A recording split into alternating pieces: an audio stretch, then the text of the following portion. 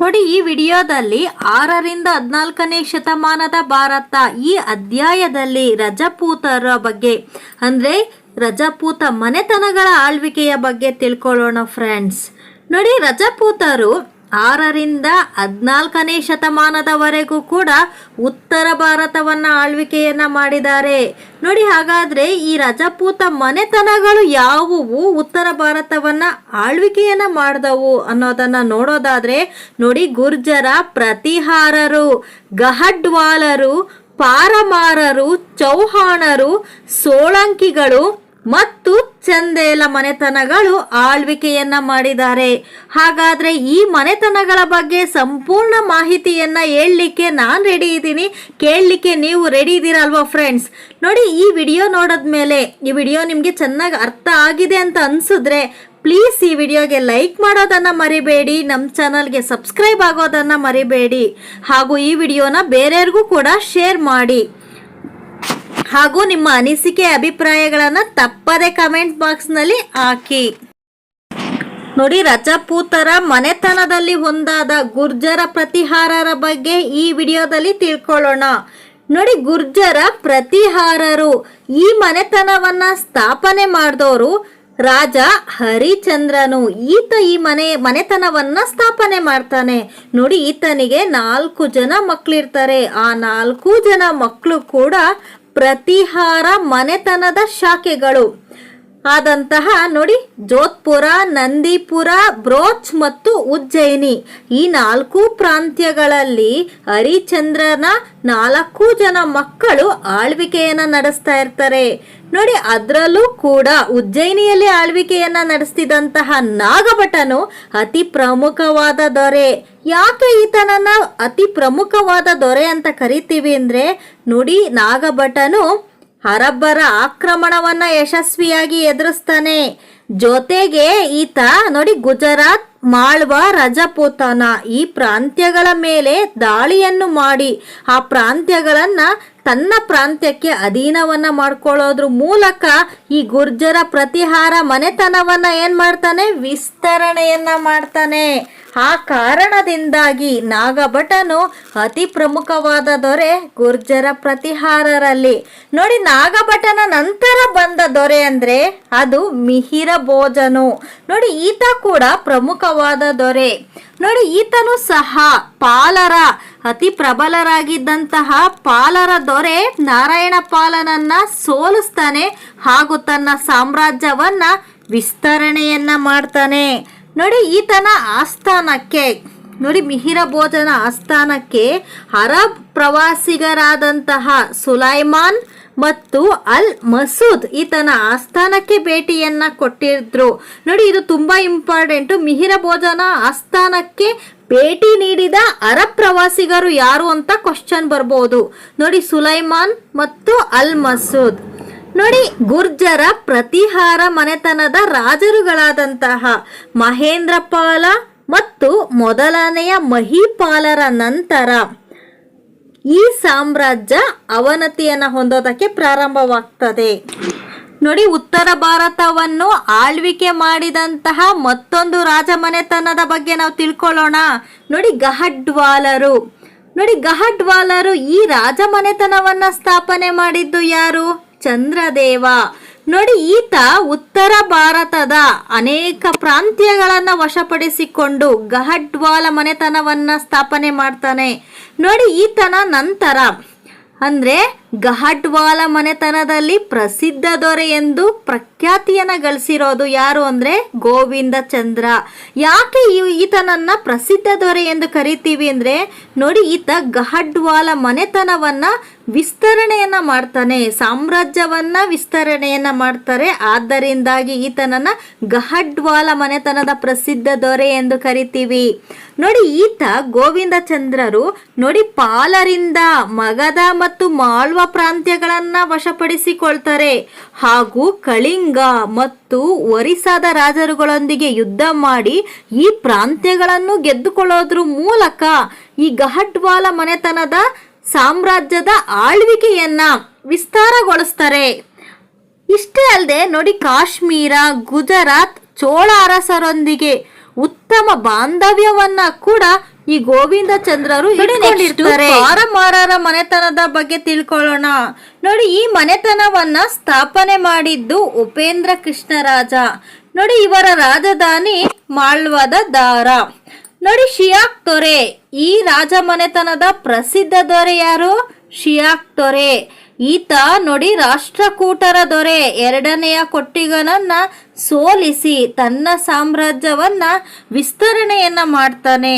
ನೋಡಿ, ಈತ ಜನರ ಅನುಕೂಲಕ್ಕಾಗಿ, ಆಡಳಿತದ ಅನುಕೂಲಕ್ಕಾಗಿ ಮತ್ತು ಜನಗಳಿಗೆ ಉಪಯೋಗವಾಗುವ ಕಾರಣದಿಂದಾಗಿ ಕೆರೆ ಮತ್ತು ದೇವಾಲಯಗಳನ್ನು ನಿರ್ಮಾಣ ಮಾಡ್ತಾನೆ. ನೋಡಿ, ಈತ ಅನೇಕ ವಿದ್ವಾಂಸರುಗಳಿಗೆ ತಮ್ಮ ಆಸ್ಥಾನದಲ್ಲಿ ಆಶ್ರಯವನ್ನ ಕೂಡ ನೀಡಿದ್ರು. ಹಾಗಾದ್ರೆ ಆ ವಿದ್ವಾಂಸರುಗಳು ಯಾರು ಅನ್ನೋದನ್ನ ನೋಡೋಣ. ನೋಡಿ, ಧನಂಜಯ, ಭಟ್ಟ ಅಲಾಯುಧ, ಧನಿಕ, ಪದ್ಮಗುಪ್ತ ಈ ವಿದ್ವಾಂಸರುಗಳಿಗೆ ತನ್ನ ಆಸ್ಥಾನದಲ್ಲಿ ಆಶ್ರಯವನ್ನ ನೀಡಿದ್ದನು. ನೋಡಿ, ನೆಕ್ಸ್ಟ್ ಬರೋದು ಚೌಹಾಣರು. ನೋಡಿ, ಚೌಹಾಣರು ಕೂಡ ಅತಿ ಪ್ರಮುಖವಾದ ರಾಜಮನೆತನ ಅಂತಾನೆ ಹೇಳ್ಬಹುದು. ನೋಡಿ, ಇದರ ಪ್ರಸಿದ್ಧ ದೊರೆ ಯಾರು ಅಂದ್ರೆ ಪೃಥ್ವಿರಾಜ ಚೌಹಾಣನು. ಈತ ಚೌಹಾಣ ಮನೆತನದ ಅತಿ ಪ್ರಸಿದ್ಧ ದೊರೆಯಾಗಿದ್ದಾನೆ. ನೋಡಿ, ಈತ ಮೂಲತಃ ಅಜ್ಮೀರದವನು. ನೋಡಿ, ಈತ ಬುಂದೇಲ್ಖಂಡದ ಚಂದೇಲ ದೊರೆಗಳನ್ನ ಸೋಲಿಸ್ತಾನೆ. ನಂತರ ಮೊದಲನೇ ತರೈನ್ ಯುದ್ಧದಲ್ಲಿ ಮಹಮ್ಮದ್ ಗೋರಿಯನ್ನ ಸೋಲಿಸಿ ಓಡಿಸ್ತಾನೆ. ನಂತರ ನೋಡಿ, ಮತ್ತೆ ಎರಡನೇ ತರೈನ್ ಯುದ್ಧದಲ್ಲಿ ಜಯಚಂದ್ರ ಮೋಸವನ್ನ ಮಾಡ್ತಾನೆ. ನೋಡಿ, ನಮ್ಮ ಆಸ್ಥಾನದಲ್ಲಿ ನಮ್ಮ ರಾಜರುಗಳೆಲ್ಲ ಪ್ರಬಲರಾಗಿರ್ತಾರೆ. ನೋಡಿ, ಶತ್ರುಗಳ ವಿರುದ್ಧ ಹೋರಾಟವನ್ನ ಮಾಡಬೇಕಾದ್ರೆ ಅವರು ಸೋಲೋದಿಲ್ಲ. ತಮ್ಮ ಆಸ್ಥಾನದಲ್ಲಿದ್ದವರಿಂದನೇ ಕೂಡ ಅವರು ಸೋಲನ್ನು ಅನುಭವಿಸೋದನ್ನು ನಾವು ಕಾಣ್ತೀವಿ. ಹೀಗಾಗಿ ನೋಡಿ, ಜಯಚಂದ್ರ ಮೋಸ ಮಾಡಿದ್ದ ಕಾರಣದಿಂದಾಗಿ ಎರಡನೇ ತರೈನ್ ಯುದ್ಧದಲ್ಲಿ ಮಹಮ್ಮದ್ ಗೋರಿಯಿಂದ ಸೋಲನ್ನು ಅನುಭವಿಸ್ತಾನೆ. ನೋಡಿ, ಈತ ಸೋತ ನಂತರ ದೆಹಲಿ ಮಹಮ್ಮದ್ ಗೋರಿಯ ವಶವಾಗ್ತದೆ. ನೋಡಿ, ಪೃಥ್ವಿರಾಜ ರಾಸೋ ಎಂಬ ಕೃತಿಯಲ್ಲಿ ಈತನ ಶೌರ್ಯ ಸಾಹಸದ ಬಗ್ಗೆ ವರ್ಣನೆ ಇರೋದನ್ನು ನಾವು ಕಾಣಬಹುದಾಗಿದೆ. ನೋಡಿ, ಇದೊಂದು ಹಿಂದಿ ಮಹಾಕಾವ್ಯವಾಗಿದೆ. ಈತ ಕೆಲವು ತಪ್ಪು ನಿಲುವುಗಳನ್ನು ತೆಗೆದುಕೊಳ್ತಾನೆ. ಆ ತಪ್ಪು ನಿಲುವುಗಳಿಂದಲೇ ಈತ ಅವನತಿಯನ್ನ ಹೊಂದಬೇಕಾಗ್ತದೆ. ಈತನ ಅವನತಿಗೆ ಆ ತಪ್ಪು ನಿಲುವುಗಳೇ ಕಾರಣಗಳಾಗಿವೆ. ನೋಡಿ, ನೆಕ್ಸ್ಟ್ ಸೋಳಂಕಿಯರು. ನೋಡಿ, ಈ ಮನೆತನವನ್ನ ಸ್ಥಾಪನೆ ಮಾಡಿದ್ದು ಯಾರು? ಮೊದಲನೆಯ ಮೂಲ ರಾಜನು. ನೋಡಿ, ನಂತರ ಈ ಮನೆತನದ ಪ್ರಸಿದ್ಧ ದೊರೆ ಯಾರು? ಮೊದಲನೆಯ ಭೀಮರಾಯನು. ನೋಡಿ, ಕನ್ಫ್ಯೂಸ್ ಮಾಡ್ಕೊಳ್ಬೇಡಿ. ಈ ಮನೆತನವನ್ನ ಸ್ಥಾಪನೆ ಮಾಡಿದ್ದು ಮೊದಲನೆಯ ಮೂಲ ರಾಜನು. ಈ ಮನೆತನದ ಪ್ರಸಿದ್ಧ ದೊರೆ ಮೊದಲನೆಯ ಭೀಮರಾಯನು. ನೋಡಿ, ಮೊಹಮ್ಮದ್ ಗಜ್ನಿ ಈ ಭೀಮರಾಯನ ಆಳ್ವಿಕೆಯ ಸಂದರ್ಭದಲ್ಲಿ ಗುಜರಾತಿನ ಸೋಮನಾಥ ದೇವಾಲಯದ ಮೇಲೆ ಆಕ್ರಮಣವನ್ನ ಮಾಡ್ತಾನೆ. ನೋಡಿ, ಈ ಆಕ್ರಮಣವನ್ನ ತಡಿಲಿಕ್ಕೆ ತನ್ನ ಕೈಲಿ ಆಗ್ಲಿಲ್ಲ ಅನ್ನೋ ಕಾರಣಕ್ಕಾಗಿ ಭೀಮರಾಯನು ತನ್ನ ಮಗ ಕರ್ಣದೇವನಿಗೆ ತನ್ನ ಅಧಿಕಾರವನ್ನ ಬಿಟ್ಕೊಡ್ತಾನೆ. ನೋಡಿ, ಈತನ ಅಧಿಕಾರದ ಅವಧಿಯಲ್ಲಿ ಖ್ಯಾತ ಜೈನ ಪಂಡಿತರಾದಂತಹ ಹೇಮಚಂದ್ರರು ಇವರ ಆಸ್ಥಾನದಲ್ಲಿರ್ತಾರೆ. ಈತ ನೋಡಿ ದೇಶಿ ನಾಮಮಾಲ ಎಂಬ ನಿಘಂಟನ್ನ ಪ್ರಾಕೃತ ಭಾಷೆಯಲ್ಲಿ ರಚನೆಯನ್ನ ಮಾಡ್ತಾರೆ. ನೋಡಿ, ಎರಡನೆಯ ಮೂಲ ರಾಜನು ಮಹಮ್ಮದ್ ಗೋರಿಯನ್ನು, ಸೋಳಂಕಿಯರ ರಾಜ ಎರಡನೆಯ ಮೂಲ ರಾಜನು ಮಹಮ್ಮದ್ ಗೋರಿಯನ್ನ ಮೌಂಟ್ ಅಬು ಸಮೀಪದಲ್ಲಿ ಸೋಲಿಸ್ತಾನೆ. ನಂತರದಲ್ಲಿ ಅಲ್ಲಾವುದ್ದೀನ್ ಖಿಲ್ಜಿಯ ದಂಡನಾಯಕರುಗಳು ಉಲುಫ್ ಖಾನ್ ಮತ್ತು ನುಸ್ರತ್ ಖಾನ್ ಕರ್ಣದೇವನನ್ನ, ನೋಡಿ ಕರ್ಣದೇವನಿಗೆ ಆಗ ವಯಸ್ಸಾಗಿರ್ತದೆ. ಆ ಸಂದರ್ಭದಲ್ಲಿ ಈ ಅಲ್ಲಾವುದ್ದೀನ್ ಖಿಲ್ಜಿಯ ದಂಡನಾಯಕರುಗಳಾದಂತಹ ಉಲುಫ್ ಖಾನ್ ಮತ್ತು ನುಸ್ರತ್ ಖಾನ್ ಕರ್ಣದೇವನ ಮೇಲೆ ಆಕ್ರಮಣವನ್ನ ಮಾಡಿ ಅವರನ್ನ ಸೋಲಿಸಿ ಸೋಳಂಕಿಯರ ಸಾಮ್ರಾಜ್ಯವನ್ನ ತಮ್ಮ ಸಾಮ್ರಾಜ್ಯದಲ್ಲಿ ಅಧೀನ ಮಾಡ್ಕೊಳ್ತಾರೆ. ನೋಡಿ, ನೆಕ್ಸ್ಟ್ ಚಂದೇಲರು. ನೋಡಿ, ಇವರು ಪಾರಮಾರರ ಪತನದ ನಂತರ ಇವರು ರಾಜ್ಯವನ್ನ ಕಟ್ಕೊಂಡು ಆಳ್ವಿಕೆಯನ್ನ ಪ್ರಾರಂಭಿಸ್ತಾರೆ. ನೋಡಿ, ಇವರು ಪ್ರತಿಹಾರರ ಮಾಂಡಲಿಕರ ಆಳ್ವಿಕೆಯಲ್ಲಿದ್ರು. ಯಾರು? ಚಂದೇಲರು. ನಂತರದಲ್ಲಿ ಈ ಪ್ರತಿಹಾರರಿಂದ ಸ್ವಾತಂತ್ರ್ಯವನ್ನು ಘೋಷಿಸಿಕೊಂಡು ಈ ಪ್ರತಿಹಾರರ ಪೂರ್ವ ಭಾಗ, ಇವರ ಸಾಮ್ರಾಜ್ಯದ ಪೂರ್ವ ಭಾಗವನ್ನು ವಶಪಡಿಸಿಕೊಂಡು ಇವರು ಸಾಮ್ರಾಜ್ಯವನ್ನು ಸ್ಥಾಪನೆಯನ್ನು ಮಾಡ್ತಾರೆ ನೋಡಿ. ಹಾಗಾದರೆ ಚಂದೇಲರ ಪ್ರಸಿದ್ಧ ದೊರೆ ಯಾರು? ಡಂಗ ದೊರೆ.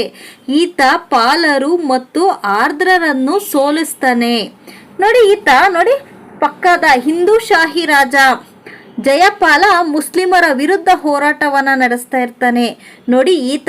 ಈತ ಕಷ್ಟದಲ್ಲಿದ್ದಾಗ ಡಂಗ ದೊರೆಯು ಸೈನಿಕ ನೆರವನ್ನ ನೀಡ್ತಾನೆ. ಯಾರಿಗೆ?